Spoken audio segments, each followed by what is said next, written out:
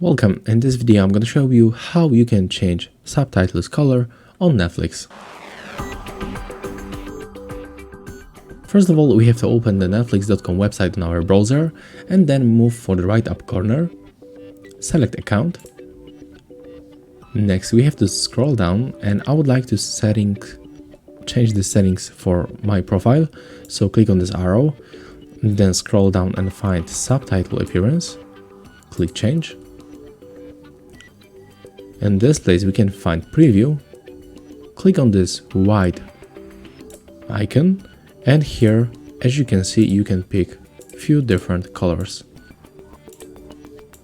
There's also option to pick semi-transparent, and then you can confirm by tapping on save, and remember that these settings will set up for every supported devices.